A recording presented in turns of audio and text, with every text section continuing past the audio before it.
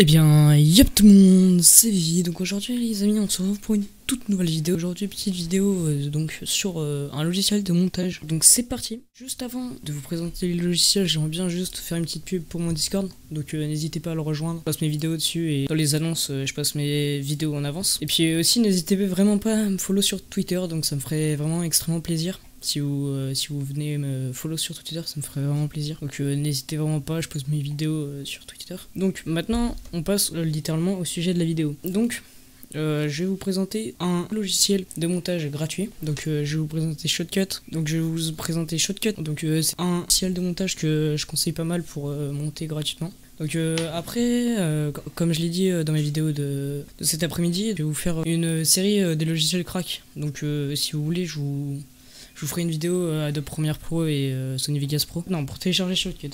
Donc c'est tout simple, vous allez sur le site en description, donc shotcut.com download, c'est le site officiel de Shotcut. Et puis tout simplement, vous allez les télécharger juste ici. Donc je vous conseille de télécharger sur GitHub, enfin perso je préfère. Donc si vous avez un Windows 64 bits, vous prenez la première. Et si vous avez un Windows 30 bits, vous prenez la troisième. Donc pour savoir si vous avez un 32 bits ou un 64 bits, vous allez juste en bas à droite. Donc vous cherchez système. Et puis juste ici vous allez voir, là vous verrez votre processeur, etc. Et puis normalement, type de système, juste ici là je fais un zoom au montage. Donc là vous voyez, moi je suis en 64 bits x 64 comme vous le voyez juste ici. Donc vous prendrez ce qui a marqué là, donc 32 ou 64. Une fois que vous avez regardé, donc si vous avez un 32 bits ou un 64 bits, vous retournez sur le site et vous allez télécharger 32 bits ou 64 bits, comme moi je viens de dire c'est 64 bits. Donc je clique dessus. Là vous faites enregistrer ce type de fichier machin, vous faites enregistrer. C'est Google qui protège les fichiers. Mais vous inquiétez pas, c'est pas un virus ou quoi, hein, c'est assez connu. Donc après vous attendez que ça télécharge. Donc une fois le téléchargement terminé, vous allez cliquer juste ici ou alors CTRL plus J. Cliquez juste ici ou alors directement dans votre dossier téléchargement. Donc voilà, donc moi je vais l'ouvrir. Vous l'ouvrez. Là vous faites oui comme d'habitude quoi, comme quand vous installez le logiciel. Donc là vous faites I agree, c'est-à-dire les licences et tout ça personne les lit, bref vous faites I agree. Là donc ça vous laissez de base, vous faites next. Ça vous pouvez laisser de base. Si vous voulez un raccourci juste ici là dans le menu démarrer, juste ici. À gauche ici, vous allez cliquer sur Create Start Menu Shortcut, de base c'est ISRA, puis là vous faites Install, les autres vous touchez pas. Là faut laisser télécharger, une fois que c'est téléchargé je vous reprends. Voilà, donc ça a fini de télécharger, donc une fois que ça a fini de télécharger vous allez cliquer sur Close. Donc après normalement ça va pas vous l'ouvrir instantanément le logiciel, donc vous allez cliquer sur votre Windows. Vous allez cliquer sur Shotcut dans récemment ajouté pour les Windows 10, sinon vous cherchez Shotcut. Vous l'ouvrez, donc là vous attendez que ça charge. Une fois que ça aura fini de télécharger, donc fini d'ouvrir, excusez-moi je dis n'importe quoi. Donc une fois que ça aura fini d'ouvrir, donc vous allez le mettre en plein écran. Et là du coup là vous aurez téléchargé le logiciel. Vous cliquez sur ouvrir un fichier, vous ouvrez votre fichier. Donc là vous avez les médias. Donc juste ici là vous avez la vue. Donc ce que vous voyez sur votre vidéo. Puis juste en dessous là vous avez la timeline. En gros c'est tout ce qui est pour faire des coupures et tout ça. Donc si vous voulez ajouter un média sur la timeline, vous allez juste cliquer sur plus juste ici sur la timeline là, ajouter la piste. Le raccourci c'est A comme vous pouvez le voir entre parenthèses.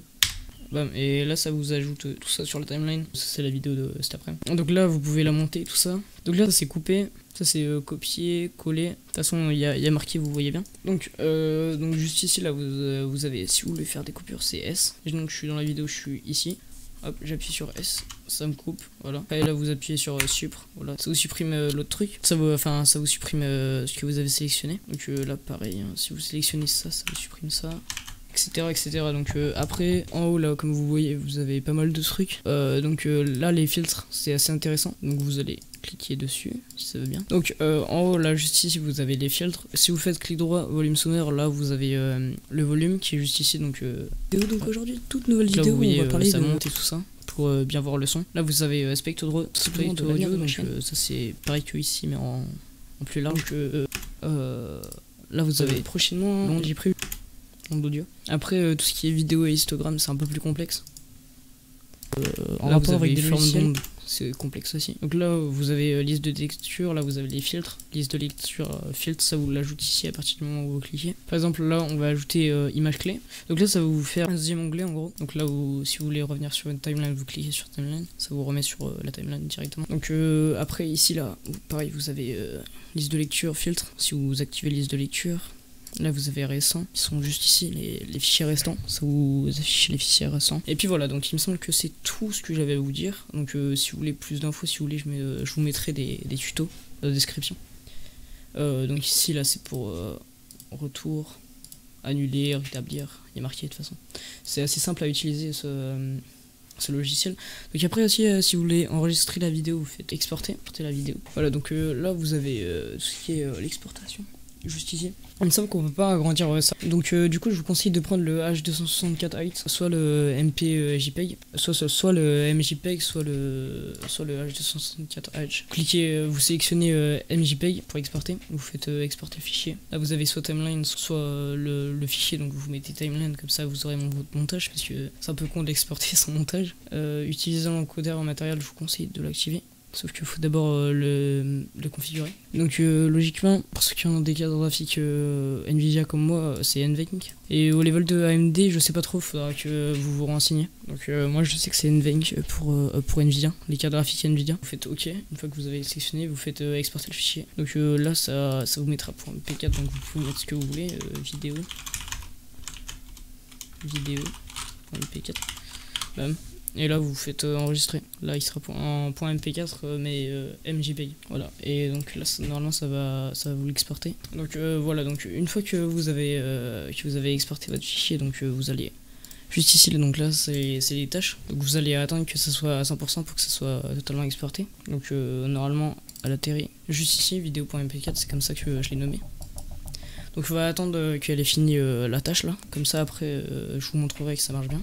Voilà, donc la tâche elle est finie, comme vous pouvez le voir. Et donc là vous avez la vidéo juste ici. Donc là vous avez le temps que ça a mis, 1 minute 53 il y a marqué. Et donc après où c'est que vous l'avez exporté, c'est juste ici. Enfin moi perso de base c'est dans vidéo, vous aussi normalement ça vous mettra dans vidéo. Et donc là ça s'appelle vidéo.mp4, on peut la lire. Et bien donc bref, donc j'espère que Shortcut vous aura plu. Donc n'oubliez pas, je vous mettrai des liens de tuto comment l'utiliser en description. Parce que de base là cette vidéo c'était juste comment le télécharger. Donc j'espère que ce logiciel vous aidera à faire vos montages. Donc après aussi si vous avez besoin d'aide sur l'application, je pourrais peut-être vous aider. Donc dites-moi tout ça en commentaire. Et puis donc voilà, donc c'est déjà la fin de cette vidéo. Donc si elle t'a plu, donc mets un like. N'oubliez pas de partager la vidéo avec vos amis, commenter, liker et puis vous abonner. Bref, moi je vous dis à plus pour de nouvelles vidéos. C'était Lévi, à plus.